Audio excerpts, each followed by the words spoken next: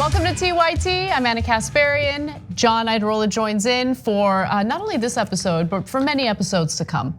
How are you, John? Oh, I'm just great. John's in a bad mood because he's still sick, and I just went through the American, like I guess, insurance and medical system. Right, to get medication. So did you find out? Do you have strep throat? Is that what's going on? And nobody knows what I have, and I'm sure that what they gave me isn't going to fix it. Okay. But I did get to pay for it because my insurance didn't cover it. So that's cool. Oh yeah. Well, I hope you're not supporting Bernie Sanders because a few anonymous people said some mean things about him to CNN, and so we can't have Medicare for all for that. I will only turn against him if at least 4 people said something. Okay. But only 2 of them had to have heard about it, and the other 2 were then notified. Well, if those 2 talk to other people, then that might be enough. This is a great way to start a show, by the way. Anyway, we have a lot of great news for you. What, just piling up salt in front of the camera? Yeah. The salt will continue today, actually. But we will talk about all the updates to the Bernie Sanders story later. I do want to make one quick programming note for all of you. Today's a huge day for Democrats in the primary. They're debating in Iowa, one of the early states, and as everyone's expecting, there will likely be a question posed to both Elizabeth Warren and Bernie Sanders in regard to this whole, feud that happened over the last few days. We're gonna give you updates on that. Later in the show, we're gonna give you updates on the impeachment investigation. It looks like Nancy Pelosi is gonna finally take those articles of impeachment, deliver them to the Senate, and yes, the Senate trial will happen. Lots of news. So you know what? Why don't we just get right to it? So, there was a giant story that took up most of the headlines yesterday. It involved Elizabeth Warren accusing Bernie Sanders of telling her that a woman cannot be elected as president. Now, this was a private conversation that happened between Elizabeth Warren and Bernie Sanders in December of 2018, so over a year ago. And at first, the story was reported by CNN. And there were no sources named. There were 4 anonymous sources. None of those individuals were in the room as Bernie Sanders and Elizabeth Warren had that conversation. So there was a lot of speculation about what was going on, and there was a lot of pressure toward Warren to just either confirm or deny what CNN was reporting. Well, she did finally put out a statement, and the statement infuriated me further. I thought a woman could win. He disagreed. I have no interest in discussing this private meeting any further because Bernie and I have far more in common than our differences on punditry. So she didn't give any insight into the context of the conversation. She just made a vague statement. She didn't quote him. She made a vague statement about how he disagreed. So that doesn't answer a lot of questions. In fact, that leaves us to question what happened even further. And so Cuomo invited me on his program, and I thank him for that because it's not often that you see progressive voices in cable news. And I was on with Howard Dean. We're not gonna show you clips of Howard Dean because honestly, he didn't say anything interesting or controversial. I don't mean that to insult him. It's just there was nothing he said that was like, worth discussing further on the show. So he wasn't like slamming Bernie. He wasn't actually, he wasn't. Okay, well that's important to know. Right, so, but I do wanna show you a few of the exchanges I had with Cuomo, and mostly I wanna fill in the blanks because these segments are so short that I didn't get a chance to make some of the points that I really wanted to make, so let's take a look. This entire situation is so incredibly disappointing and also incredibly stupid because in shutting down the conversation and saying that she refuses to talk about it any further, there are questions that need to be asked. What was the context of the discussion? Was he talking about it in the context of where the country is right now? And also, I would love to see anyone in the media hold Joe Biden accountable for literally saying the exact same thing publicly. No criticism, no backlash, none. And we also need to mention that Bernie Sanders encouraged Elizabeth Warren to run back in 2016. And there are multiple videos of Bernie Sanders dating back to the 1980s where he publicly spoke about how he believes a woman can win. And so all of this contextual information is incredibly important to the conversation, and unfortunately it's being left out to paint a particular candidate as some sort of sexist when the facts just don't bear that out. Well, we don't know what the facts are because Elizabeth Warren says. We do though. But he said we do. We have evidence of. No, how do we know he said no, it? no, no. I don't know. I don't know anything. I'm saying Elizabeth Warren says he said it. So now we've got something here. So, okay. Okay. I said my piece. I was glad I was given an opportunity to kind of share all of the various examples of who Bernie Sanders is and what he's fought for. And look, we didn't even get into his record when it comes to fighting for women. He was supportive of reproductive rights before that was a popular position to take. He was supportive of the Violence Against Women Act. In fact, in an effort to get Bernie Sanders to vote for Biden's crime bill, they purposely included the Violence Against Women Act in the text of that legislation. And so he felt passionately about it. He gave a very impassioned speech as a lawmaker in support of the Violence Against Women Act, and doing something about the fact that women were facing just devastating domestic abuse. We didn't get to all of that, but at least I got an opportunity to share a few examples of who he is, and I'm grateful for that because you didn't see that anywhere else. Yeah, look, and I'm glad that you did that, and I would have the exact same impulse to do that. If we don't have any evidence from the conversation, and we don't, other than their obviously dueling characterizations of what was said, then we need to look to what else do we know about this person to help evaluate how likely it is that we think he said this thing, which seems on its face kind of crazy. And we can't imagine, I mean, even if I didn't know this stuff going back to the 80s, I would say he's not gonna sit down with a woman who's going to be facing him on the debate stage in 6 months and tell her, oh no, none of you broads could ever, he's not gonna say anything like that, that's crazy. But once you add the context, that's important too. And it's not like, the stuff from the 80s it doesn't mean that he couldn't say something like that. You're not either a sexist or not a sexist, in the same way that you're not either a racist or not a racist. It is a whole bunch of different things about you that exist on a spectrum. It's a cloud of different things. You can be generally supportive of a group, but still believe something ignorant or something like that. Right, but it just doesn't make any sense that he would say that. If and really fast, and one other thing, and it makes 100% sense that he would criticize Trump in the same way that he's been doing publicly every single day for literally years. He would say, yeah, Trump is a misogynist, he'll attack a female candidate. I've been saying that, you've been saying that, literally everyone on every side of this issue has been saying that same thing. Right, I think that's what the context of the conversation was. Obviously, there's no way of knowing because Warren has decided to shut the conversation down at this point, and that's, look, this leak came from her campaign. It's very clear. I mean, even Nate Silver put that on blast on Twitter. Ryan Grimm said that he asked her, is this an intentional leak from your campaign? And she says no. No, it's not an intentional leak. This is what I think happened. I think that there are two schools of thought within her campaign. I think there's the progressive school of thought, well-meaning people who want to fight for the right things, but her campaign has been infiltrated with these Obama-era officials, okay, some of whom I'll talk about in a little bit. But I think that they went behind her back and leaked this to CNN because they saw that she was really struggling in the polls. I want to be clear, this is my speculation and my read on it, okay? That would be my hunch, I don't think that she greenlit it, but I don't know. What I do know is she had an opportunity to jump in and say, Bernie Sanders is a good friend of mine. I do not believe he's sexist. We had a conversation where we were discussing the pros and cons of both of our candidacies. Because the fact, look, it's a fact, right? If you're going to assess your electability, your viability as a candidate, you're gonna think about all the different ways you're gonna get attacked. And so with Bernie Sanders, it's gonna be this socialist narrative, right? The socialist fear mongering. With Warren, yeah, I mean, if you're a woman, we've never had a female president in the United States. Of course, there's sexism in the country.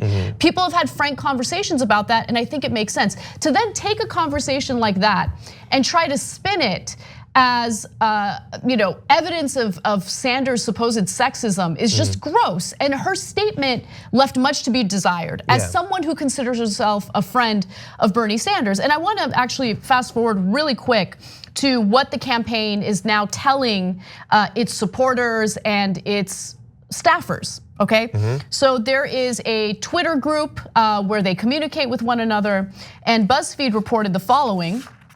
Warren's campaign is telling key online supporters that their goal is de-escalation and warning backers not to accuse Bernie Sanders of sexism. So I'm gonna give you exact quotes from this group from an Elizabeth Warren campaign official. I would be careful with the sexism angle when it comes to the Bernie Warren exchange individually. That's not what this is about, and I think it'll be really bad news for us if that becomes what this is about. I.e. press asking her if she thinks Bernie is sexist, the staffer told the group. Is that what this is about broadly? Absolutely, I don't know what that means. But no one here is actually claiming Bernie himself is sexist, regardless of your own personal beliefs on that topic. One other quote from this campaign official, claiming you're worried a woman can't win, flagging that she'll receive sexist attacks is something many, many people feel. So they're trying to de-escalate it, but this is the kind of, I would have much rather preferred Elizabeth Warren to include, I do not believe Bernie Sanders is sexist in her statement. She has that opportunity tonight, doesn't she? She does, and I hope that she takes it. But with that said, there's one other part of this Cuomo appearance that I wanted to share with you, and I wanted to actually get your thoughts. This is a theory that I have. I've shared it on the show before. I got an opportunity to share it with Cuomo's audience.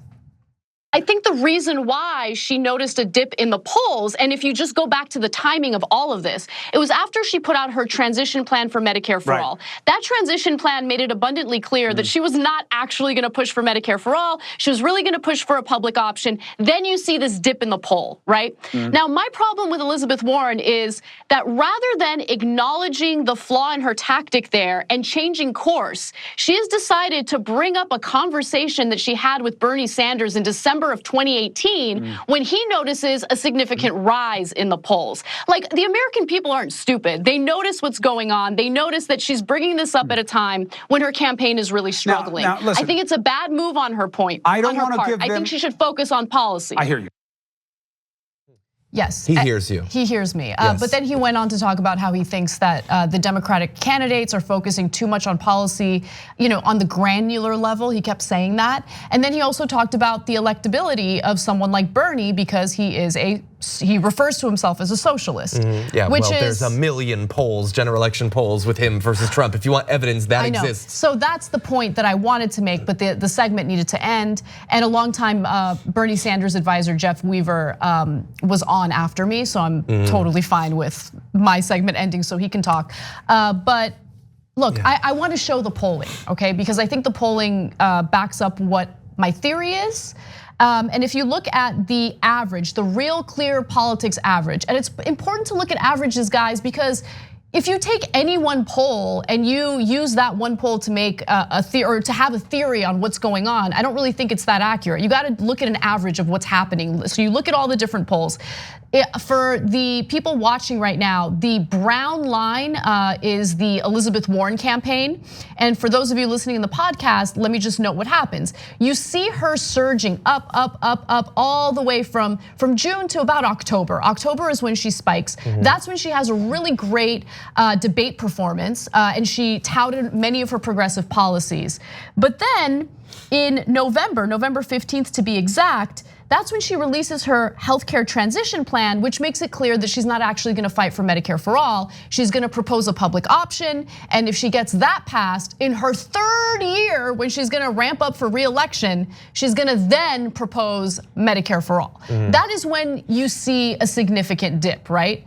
And so that's the point that I was trying to make on the show, because they keep talking about, oh, socialism is scary and Bernie is really gonna struggle when it comes to his electability.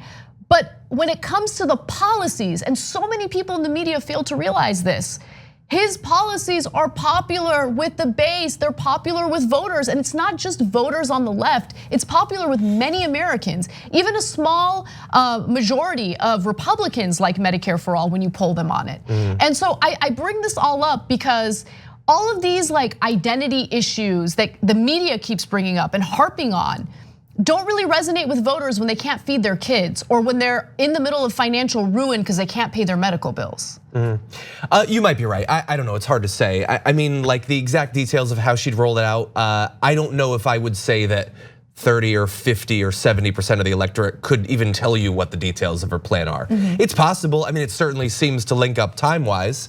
But in any event, whether that's the exact reason, you could still be right that she's been going down for several months, and so whether it's her or whether it's her aides or advisors or whoever, they're rolling this out because they're feeling desperate. Regardless of the reason, she's clearly going down in the polls, and this could be a response to that. And it's not like you should sort of expect it. I mean, this is one of the reasons, sort of the popular wisdom in primaries is you don't want to peak too soon. It's because people move on, they get bored with things. You could see in those polls, Harris jumped up and then gradually went down. Warren went up and gradually went down. Buttigieg went up, not as much as some people thought initially he was going to, and then gradually went down. The only people that have really been consistent is, for the most part, Biden. And Bernie. Those bars are relatively stable over time. But yeah, I think, it's impossible to say whether Warren was the one who chose to do it. She told other people about the conversation, somebody leaked it, and I think we are perfectly free to judge Warren on the way she responded to it. Yes. Whether we can ever say for sure whether it was her idea or not. I think it's a fair take. Now there's one other part of the story that I want to move on to, and it's how the media has really, there are no winners in what Elizabeth Warren did, with the exception of possibly Biden and the media, because they've had a field day with this. And Trump, sure. Maybe. Yeah, and Trump weighed in. I have no interest in sharing a tweet about it with you, so let's just move on. So, no one has enjoyed drumming up nonsense gossip stories about Elizabeth Warren and Bernie Sanders more than the mainstream press. In fact, there were a number of headlines and stories written yesterday in an effort to bash Bernie Sanders as nothing more than a sexist who has all sorts of issues with women. In fact, we have a JR rated video that I want to share with you. This is just like a quick compilation of some of what you could have expected yesterday on cable news. Wonder what's going on between Bernie Sanders and Elizabeth Warren and what that must look like behind the scenes of the Democratic debate that's about to unfold. Yeah, hey Harris, so the two progressive frontrunners and longtime friends now seem to be at each other's throats. In a statement to NBC News, Senator Sanders called the charge ludicrous. I'm not sure that's a denial. Progressive on progressive. It gets getting ugly out there. 3 weeks to Iowa caucuses. The person we do not have an on-the-record statement from is Senator Elizabeth Warren. The next time we expect to see her, Jake, is on the CNN debate stage tomorrow night, where she will be standing one podium away from Bernie Sanders. Margaret, I've been waiting for a real fight. I like fights in politics. This is about a fact. Now they're calling each other out by names, and their fights are getting pretty personal. My instinct is to believe her because Sanders had a campaign in which he had to apologize to the women who worked for him for not treating them as pure professionals. I think, Harris, the question tonight is not, does this come up, but do we see the two progressive candidates, frontrunners, reach some sort of truce, or does this back and forth escalate even more? She said that's exactly what he said. This is great stuff. Yes. No, it's amazing how much misinformation is out there. And in the case of Chris Matthews, first of all, he reads a small sliver of Bernie Sanders' statement to these accusations. And he's like, oh, it doesn't sound like a denial to me, didn't deny it. Ludicrous isn't a denial. So it's the most absurd thing. If you read his whole statement, which he did not do, right? He denies it. He says absolutely not, unequivocally no, did not say that, right? Look, I think that Chris Matthews is probably just this typical lazy cable news personality who didn't even read the full statement and just went off of what one of his segment producers put up on that screen, and that's it. That wasn't the entirety of his statement. Or let's keep it real, Chris Matthews doesn't exactly hide the fact that he has disdain for Bernie Sanders. So that could obviously be part of it as well. It's also true of everyone in that compilation, basically. Right. Look, this is what the media has been trying to goad them into for so long. Why did her campaign do this? It's so stupid. Yeah. It's so stupid. Yeah, and probably self-defeating. Look, they like it partially because almost all those people don't like Bernie Sanders. Like, you had reporter MJ Lee, who was one of the original reporters, talking to Jake Tapper. And I could just tell Jake Tapper, how much is he liking this news cycle? Oh, he loves it. That's what he loves. And so the media is generally predisposed to not like him, but let's keep it real, they probably don't absolutely love Warren in comparison to something like Biden and Buttigieg and stuff like that. And so they like that. They certainly like the drama. I've been waiting for a fight. I just want to see a fight. Who cares what actual effect it has? It has nothing to do with what they'd actually do as if they were president. But let's focus on this for a couple weeks. Let's ignore that whole, hey, we almost got in a war with Iran thing, and oh, all of Australia's on fire. Forget that stuff. Biden finally having to take stock of his record on Iraq, where that's boring. Let's move on. Let's go to a fight. And then there's also some people If your whole identity in this extended career thing is like standing for one of the candidates, you kind of like this too, because finally they're fighting. Now I can just torch the other one. That's why a lot of people like me and you, and I talked to Emma on my show today. I saw Varshini Prakash, the executive director of Sunrise, just like, I hate this whole thing because it helps no one in our group. But some people like it. They like feeling free to just torch the other side. And that's why there were people attacking Bernie Sanders viciously online yesterday and vice versa. People like I want a truce because I think it's defeating to both of them and helps the centrists. But some people, they like being able to turn their guns on the other side. Yeah, but I want to be clear because he's not the one who started this. He's not even the one who engaged in it. He didn't engage in it. The only time he engaged in it was to release his statement. But other than Which that, was ludicrous. Other than that, if you focus on what his campaign was doing yesterday, what were they doing yesterday? They were focusing on Biden's war record. That's what they wanted the conversation to be. And that's what we want. We covered that story as well. But my point is, I don't want anyone to get the idea, at least for me, that there's any type of like false equivalency here. This was a leak from her campaign, and it led to a media firestorm that is disastrous for both of them.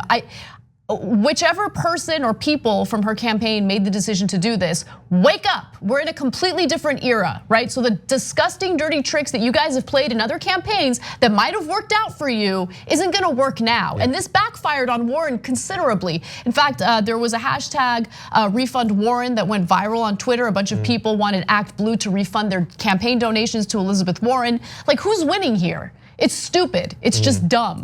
I'm sure the Republicans are having a field day over the last 24 to 48 hours. Yeah, it's just so frustrating. And then one other thing I wanted to note, they're grasping at straws. They're trying to find anything to smear him.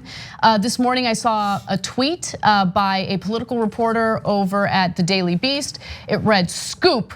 In a recording we obtained exclusively, a person conducting training calls for Bernie Sanders' campaign instructed a volunteer to tell voters in New Hampshire incorrectly, it's not incorrect, that he is the only 2020 candidate who supports Medicare for all. Then the volunteer asked about Warren." Then you read her article, by the way. Hannah Trudeau is the name of the reporter. You read her article and she contradicts herself in her own article. First off, here's a quick screenshot of what the article looked like.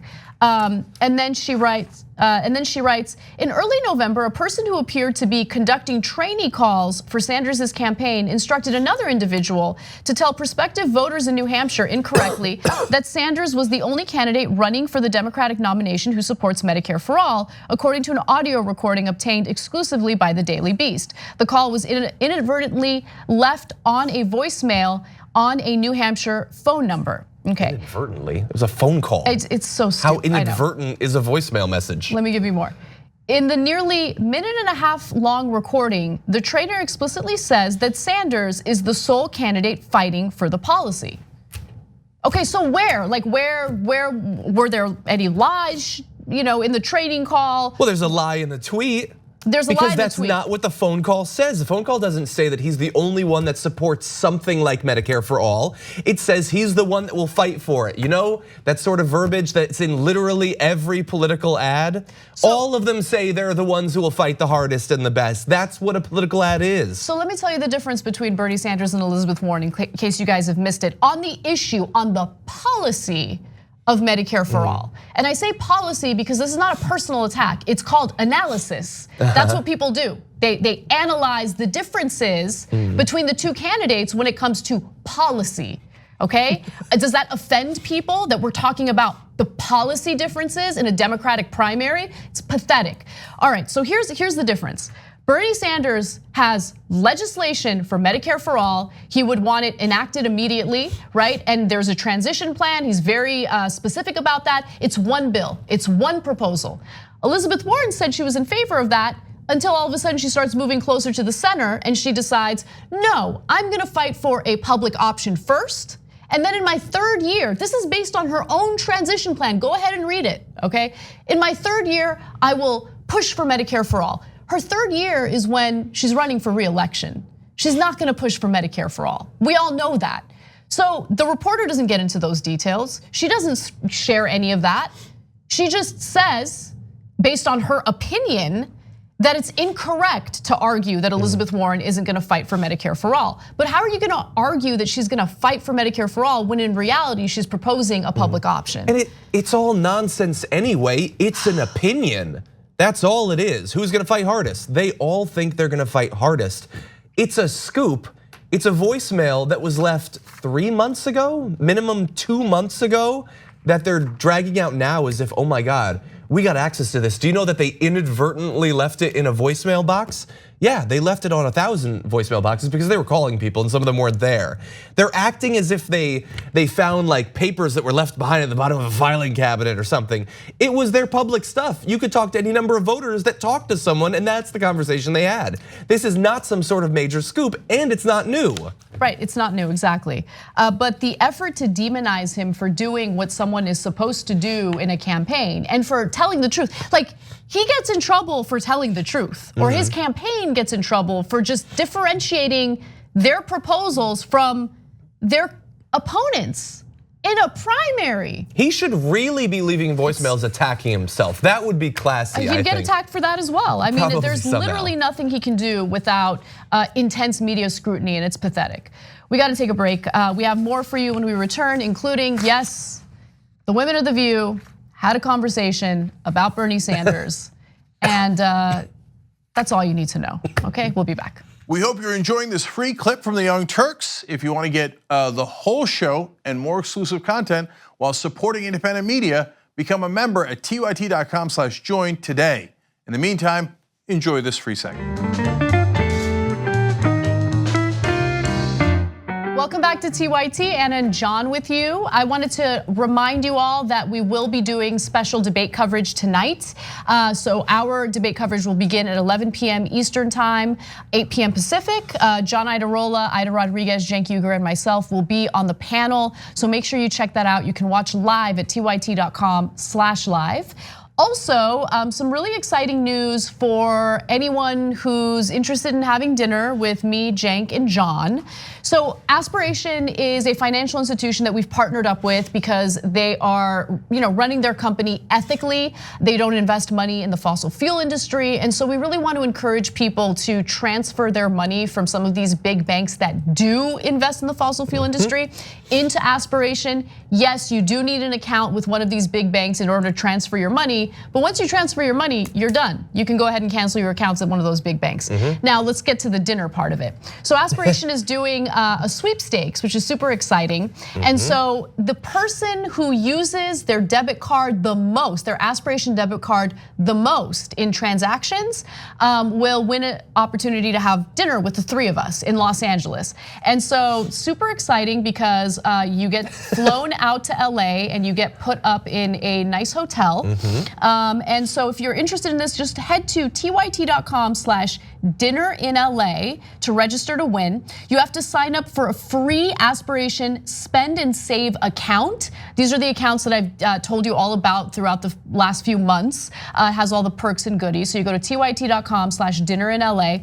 You sign up for the spend and save account, and then you have to register your eligibility. That's the most important part, guys. So register your eligibility. Even if you already have an Aspiration account, you still have to do this. And then after that, you're done. You just use your debit card, you swipe it, and the person who swipes the most gets flown out to Los Angeles. You have dinner with us. Okay. Sounds fun. Well, I wonder what we'll get. We're a little bit of a prize, you know what I'm saying? I was just kidding. But yeah, it'll be fun. And we'll laugh, we'll drink, we'll have some martinis. It'll be a good time. Doesn't sound like a party. Right? Yeah. Yeah, all right, well, let's get to the, oh, no, I did want to read a few member comments because there's some good ones. Harry Knuckles says, do I need to get high before I watch this episode? I mean, you don't have to do anything, but it could be more fun. Yeah, getting high before, yeah, get high, watch our show every day, why not? Yeah, because you ain't got no job. Well, they got jobs. No, it's a reference to a movie, which I never do because I never watch movies. Friday, right? Yeah. Yeah, I think. Shorty140 says, refund Warren. I was supporting her too, even though Bernie is my first pick. She lost me. Yeah, I think a lot of people were on that same boat. I really liked her policy proposals. I think she's right on a lot of things. It just happened that Bernie is to the left of her, and I support his policies a little more. But this move, it doesn't really speak well of her campaign. Yeah, and there's still the tiny little chance that this wasn't her idea and she doesn't like it, well then you got a debate stage, you can bring it up and you can say how it's untrue. She can kill the story right now. That's right. If she wants to. She could do that, so we'll see. Everett Bechara says, it's frustrating that Warren supporters are telling us to stand down and not fight when she fired the first shot. Bernie stands up for us, so we should stand up for him. It just reminds me of 2016 when we were told to fall in line. I know, and it's a very dangerous move on Warren's part. She was telling her supporters to de-escalate. Yes, that's true, but I think what he's referring to, or she's referring to, is that online you see a lot of blame on Bernie's supporters. In fact, the story we're about to do is gonna make that point, right? So I think that's what you're referring to. So let's talk a little bit about the conversation that went down on The View. So the ladies of The View had their own thoughts on the so-called feud between Elizabeth Warren and Bernie Sanders. Now, this is the feud where someone, or at least a few people from her campaign, leaked to CNN that Elizabeth Warren had a conversation with Bernie Sanders back in December of 2018, where Sanders allegedly told Warren that he didn't believe a woman could be elected as president. Now, we've talked about this a lot. We've provided evidence to indicate that he's very supportive of women. He encouraged her to run in 2016. So we know that that's not who Bernie Sanders is, but all of that doesn't really matter to the ladies of The View because they're gonna have a conversation sharing their opinions from the most ignorant standpoint I have seen. So let's take a look at the first clip. I mean, everybody has conversations like that. Why is this a big story? It's a big story because he hurt Hillary Clinton so much in the last election. And it's a big story because while he has a good reputation on Capitol Hill, he does as being a congenial senator with other senators, his supporters have a really bad reputation, meaning the Bernie bros. It's actually one of the few things that really connects liberal pundits and conservative female pundits together is there's just a level of misogyny, but he has a problem with women, and he has for a long time. Look, I don't want another misogynist as president. No. Okay, I mean, I think we're all women in this country are sick of it, and I have always thought he has had a problem with women. No one, God. Not a single person can show us evidence of him having problems with women. But you had it right there, Meghan McCain. She doesn't like him, so why should a liberal? So the media and his political opponents will paint this narrative. The media will assist them on that and just regurgitate stories without providing any evidence to back up these claims that he's a misogynist.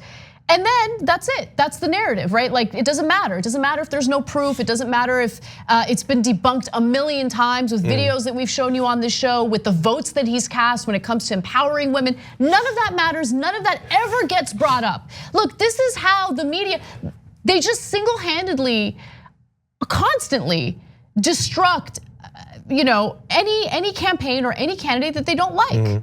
And right there, it sounded like, I didn't watch the full thing because it's The View and I don't watch The View. But it sounded like Joy Behar initially was defending Bernie, kind of. And then it sounded like she was saying that at least saying it's a non-story, it's campaigning. So then someone, I think Meghan McCain said, oh, he's gonna do what he did before. And even Joy was like, oh yeah, no, he was bad in 2016. He wasn't bad in 2016. Exactly, he's running in a primary, guys. What the hell? What do you think a primary is for? To play patty cakes? Is a primary to do like hopscotch on the debate stage? That's not what a primary is. He has to differentiate himself from his candidates. And he was so nice to Hillary Clinton. They really don't think that there was a 2016 primary election. Bernie was asked. They think Hillary ran and Bernie was annoying on the side. They really do think that. They do. They don't think that we actually had a chance to choose between two different candidates. And sometimes it gets dirty, but 2016 was way less dirty than Hillary Clinton's campaign against Barack Obama. 100%. It is so infuriating, and also we lived through that experience. So we went through this long primary, and then eventually Hillary Clinton is the nominee.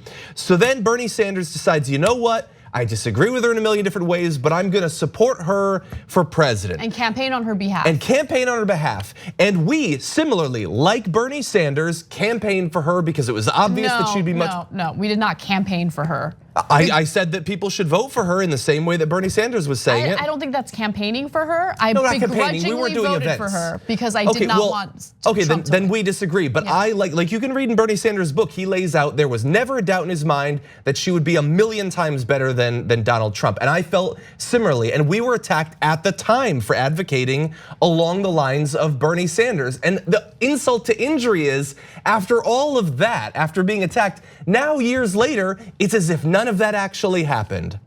And Bernie Sanders and all of his supporters just wanted Donald Trump to be president. Look, during the debates in 2016, the primary debates, at one point, Bernie Sanders was asked about Hillary Clinton's emails. And what did he do? First of all, for any shady, dirty, below the belt politician, they would totally it would be a layup, right? They'd take that opportunity to bash Hillary Clinton. He didn't do that. He's like, I don't care about her emails. Let's talk about the issues. He was so gentle, so polite to her. No, but this is why. And he gets no credit for everything he did to try to help her. He never will, which is why, Bernie, take the gloves off. They're gonna go after you no matter what. Obviously, don't do personal attacks. I don't think that doesn't suit anyone, and it's a bad idea. But I think that he needs to be a little more forceful in talking about how his policies are better than everyone else's, in talking about how his record is better than everyone else's, in talking about how he has been consistent more than any other politician I have personally ever seen, okay? So he needs, like, playing nice is not gonna get them to play fair with you, right? Yeah. So you're the best candidate, own it.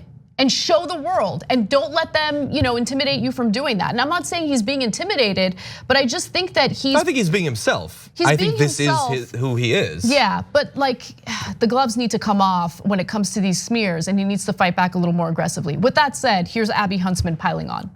I experienced it firsthand when I did the Bill Maher show. I was sitting on the Bill Maher panel with him, and I was young. I was like 24, 25, and he was doing his thing and talking with his friend like this. And I mean, we've shown a clip. He basically didn't even realize I was sitting there or existed. It was kind of like this, and finally it got so bad that I had to literally physically grab his hand and take it down. But Do I think he's purposely trying to make people feel? No, but it looks bad. Yeah. And I think over time it becomes a narrative, like you're saying, Megan. And in this environment, that doesn't go. It surprises me that he has the following that he does, even with women, when he does things like this.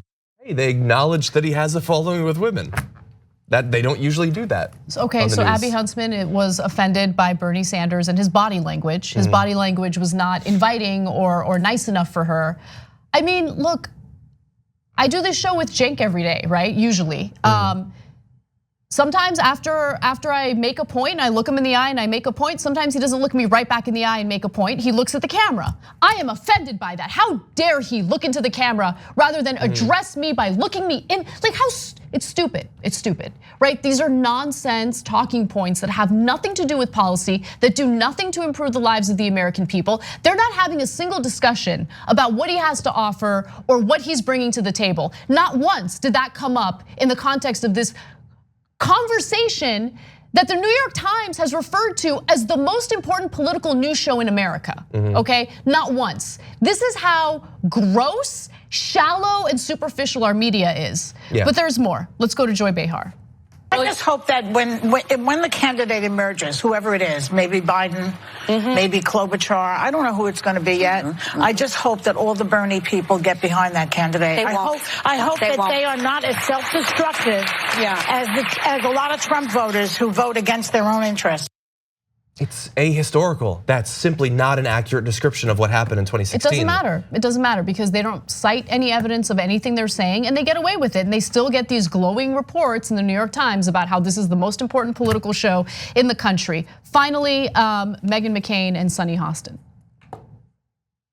I had a conversation with a politician last night, and we were talking about the likelihood of there being a fractured convention is everyone should at this point expect it, because I don't think Bernie and his supporters are going to let this go much like they did last time. And it will, again, it will hurt the principle just like he really hurt Hillary. Hillary's book, she says some of his supporters, the so-called Bernie bros, took to harassing my supporters online. It got ugly and more than a little sexist. That's from Hillary. Remember in like the close-up of his face, it looked like he was sucking on a lemon when they were like showing her, and then his brother made this whole thing, and it wasn't the show of dignity and solidarity that I think she had hoped.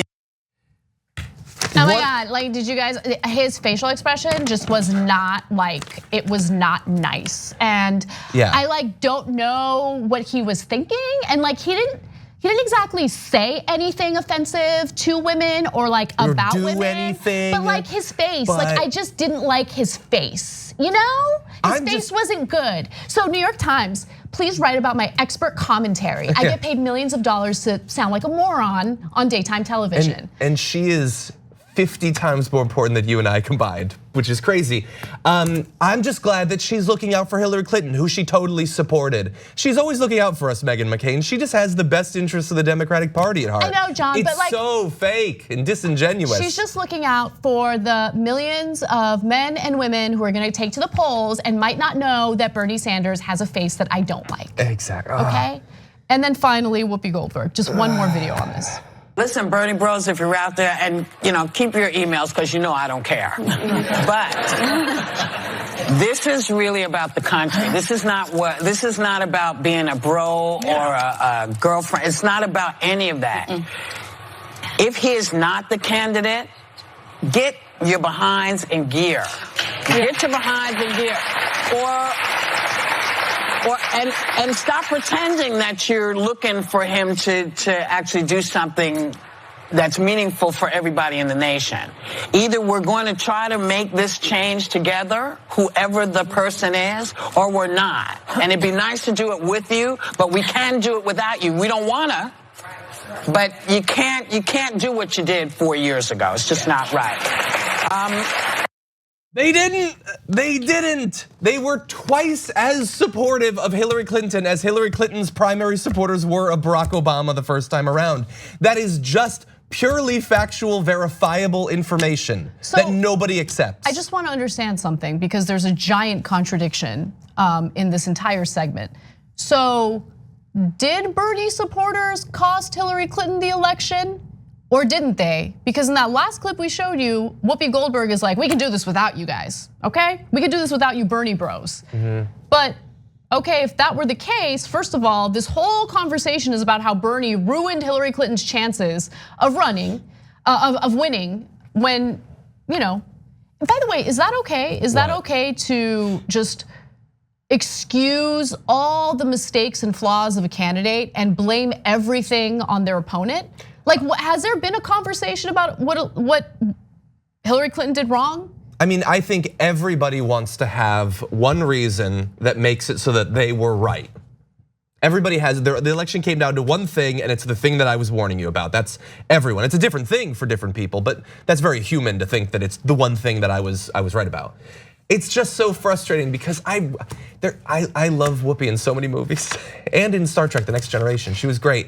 To see her spread the Bernie bro thing, like how many times do we need to look at the actual base of support for these different candidates?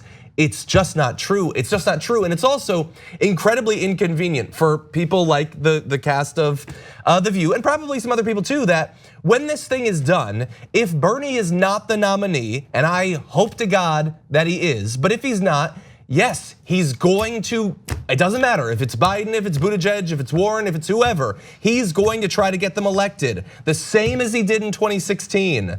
They want to pretend that it didn't happen there. They want to pretend that it's not going to happen. It did, and it will. Hopefully it doesn't. Hopefully he's the nominee. But if he's not, he's going to do everything he can, far more than almost everyone else in the country, to try to make sure that Donald Trump doesn't get reelected. Man, just take note of how viciously someone who wants to challenge the system gets attacked, right?